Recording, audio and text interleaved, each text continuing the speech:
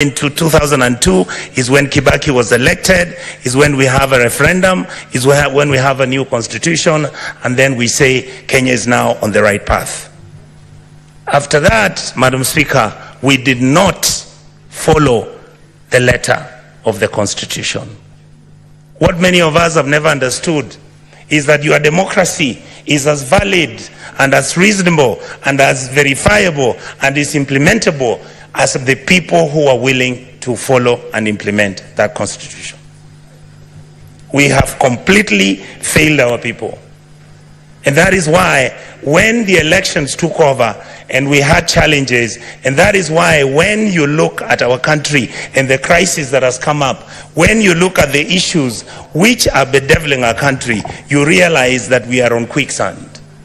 Unless you have old men and old women, people of dignity and decency, people who have got wisdom, people who are not greedy to fix this country, we will not have a country very soon.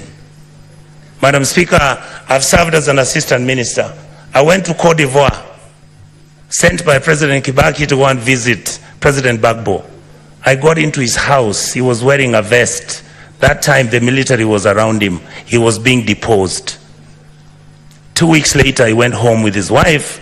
They were half naked. Those sins are not sins that Africa should be proud of. Madam Speaker, our country has broken down. Our country has challenges. But before I go to how, in a short notice, what we can do, I would like to ask the President, and I asked him the other day, the children who died and the children who are in the prisons, please remove them.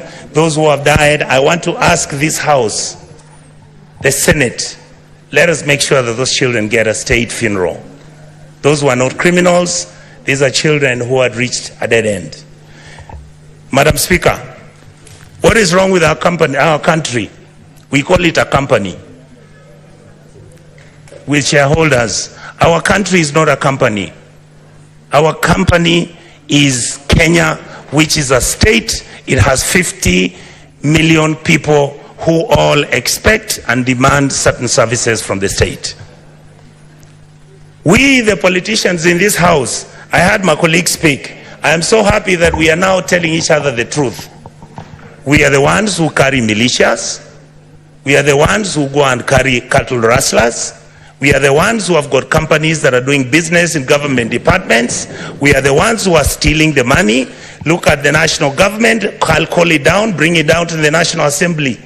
We must begin to look at issues like CDF. We must look at the Women Fund. We must look at the structure. Do we need all the people who have been given offices? I've been asking this publicly. Why are governors running county governments as if they are private companies where they are stealing money, buying properties abroad, driving such big vehicles, including ourselves? When did we decide that I must drive a car which is 4.8 cc? That at 3,000 cc is not good enough. When our children don't have medicines, when our women are not giving birth, when we can't feed our children, when we buy fertilizer, we deal on it, we sell some of it, we sell mchanga. We are bringing in maize when we are supposed to be planting maize and giving farmers fertilizers and giving them funds so that we can get production and increase that, so that we create jobs for our people. It is we politicians who go and buy 2 million metric tons of maize. We come and sell. We bring 3 million metric tons of sugarcane. Mumias is dying. Chemelil is dying. Sony Sugar is dying. Those are factories that used to employ people. Who are the biggest dealers of investment companies in Kenya? We, the political class. What happened to Kenya Airways? Look at it now. It's smelly, filthy. It was the pride of Africa. Who runs Kenya Power? Why are we not told who are the owners of the independent power suppliers of this country? Why are we not being told who owns our national parks? But you hear money is being stolen by none other than the elite and the political class. These people out here are tired. These people are tired. I was crying this morning today because we are messing up a good thing. We are messing up this country. Who wants to be a refugee? And there is enough for you people to eat, so long as you eat with manners. The revenue we collect is enough to run 8 African countries: Kenya, Rwanda, Burundi, Tanzania. You go to Congo, you go to South Sudan, you go to Somalia, and you go to Ethiopia. That's what our goddamn budget is. Just manage it, don't steal it. A few people are stealing too much. These kids out here, they know everything. They know your houses. They know where your kids go to school. They know which properties of land you have. Why must somebody have 4 million acres of land to his name? What happened to our mentality? Then we pretend and run to churches talking about Christianity, how Jesus... Do you understand what you are dealing with? The people out here don't even believe in God anymore. The people out here are tired of the lies, the religious organizations.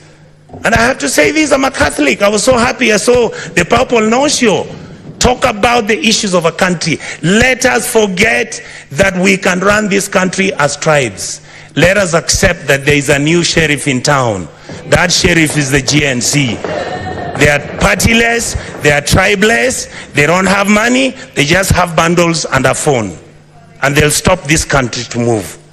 I would like to plead with the members of this house, when it comes to looking at what role our committees are playing. Look at what happens. I want to thank my brothers Sifuna, my brother Cherargei. I want to thank Madam Dulo. These are, many of you may not know, we've never discussed it here. How many times we've been threatened that we are raising issues about county governments losing billions. I mean, who doesn't know how many governors